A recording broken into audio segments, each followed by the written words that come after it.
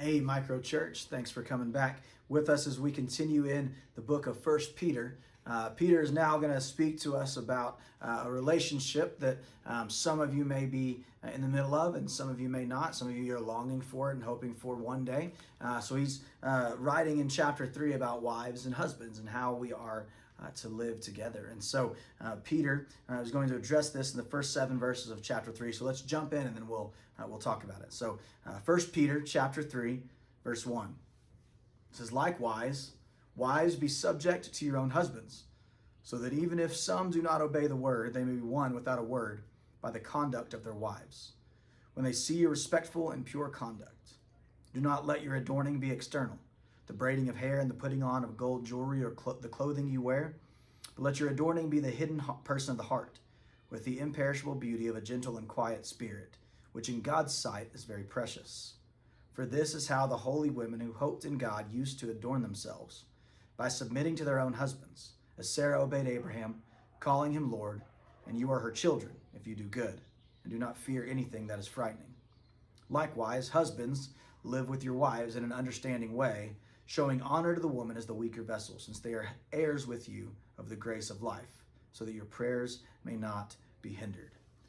So as we jump into this a very touchy subject for some people struggle with what it means to this idea of being subject, as a wife being subject to her husband, or as Paul writes about it, submitting to a husband. And so one of the first things that we have to address is this can be and has been in a lot of people's minds and hearts, has been or can be abused and misused by the husband. This idea of submitting or calling a wife to be subject to.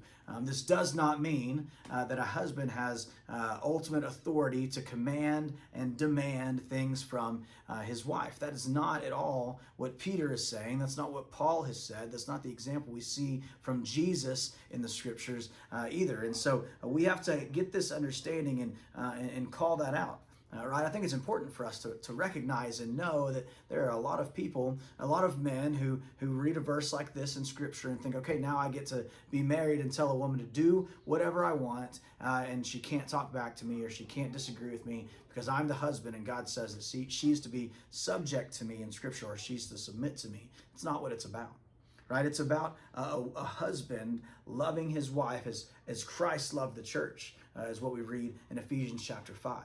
We are called men, husbands, to love our wives as Christ loved the church. And how did Jesus love the church? He loved the church through serving, ultimately by dying for the church, for us, for his people.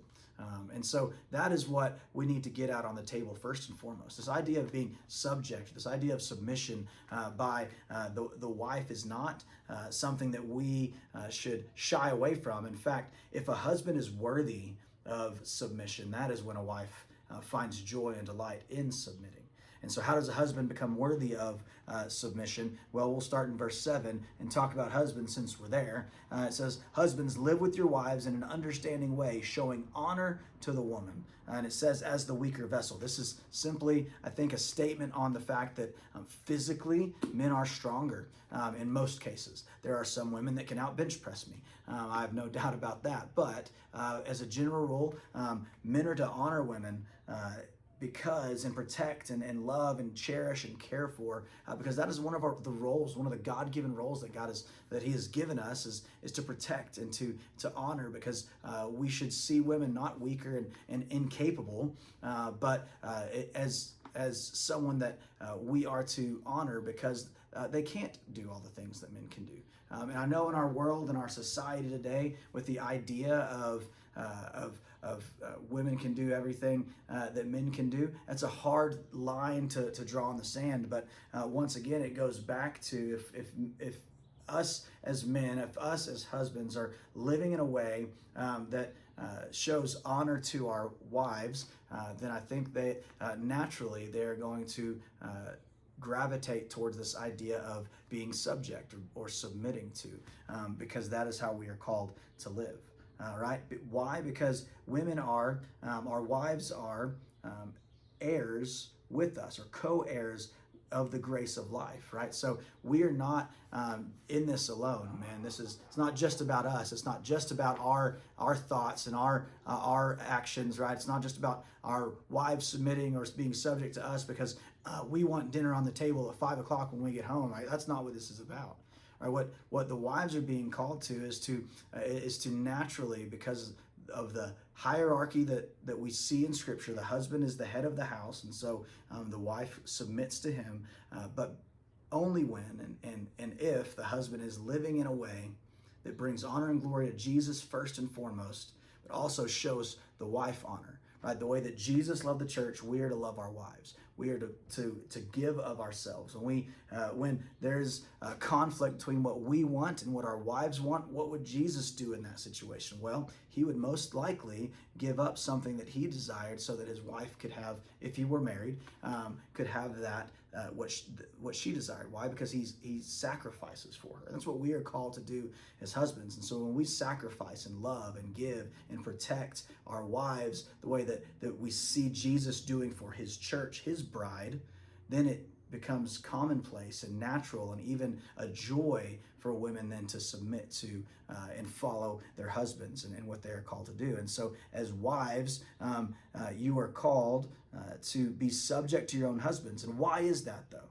Why is that? And this goes back to even what Peter was talking about in the previous chapter of being subject to authority, this idea of submission to authority. Why do we do it? Well, ultimately, we are called to be subject to those in authority over us. And so wives being subject to husbands according to Scripture, so that in the way that you live, women, in the way that you live, wives, your husband, if he is an unbeliever, was a lot of the case for the women that Paul was writing to in Asia Minor. There were women that were following after Jesus, but their husbands weren't. And so why would you live this way? Well, so that by the way that you live, your husband who doesn't know Jesus would come to know Jesus.